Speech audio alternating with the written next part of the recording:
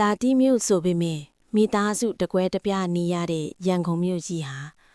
ကျွန်တော်အတွက်တော့ကြောချစရာနေရာတစ်ခုတည်းမပို့ခဲ့ပါဘူးအဖေငယ်တည်းကအဖေနားကတဖွားမှမခွာပဲအဖေအနားမှာမရှိတာနဲ့အာပြဲလန်အောင်ငိုခဲ့တဲ့ကျွန်တော်ဟာအခုဆိုရင်လွမ်းတိုင်းဖုံးမဆက်ဖြစ်တော့ဘူးဒါပေမဲ့လွမ်းတိုင်းတော့ပြေးတွေ့ခြင်းနေမိတာအမှန်ပါဖုံးစိတ်ရင်ပိုပြီးတတိယနေမှာစိုးလို့ခဏမဆက်ဖြစ်တော့တာပါအဖေကရောကျွန်တော်ကိုအရင်လိုမဟုတ်တော့ဘူးလို့ထင်နေမှာပေါ့ငယ်ကအဖေเจ้าကိုလိုက်အဖေကျွေးတဲ့မုန်ဒီအကောင်စားပြီး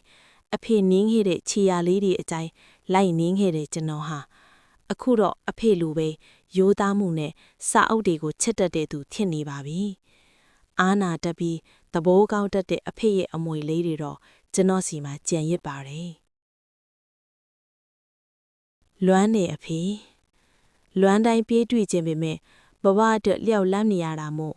လွမ်းနေအဖေ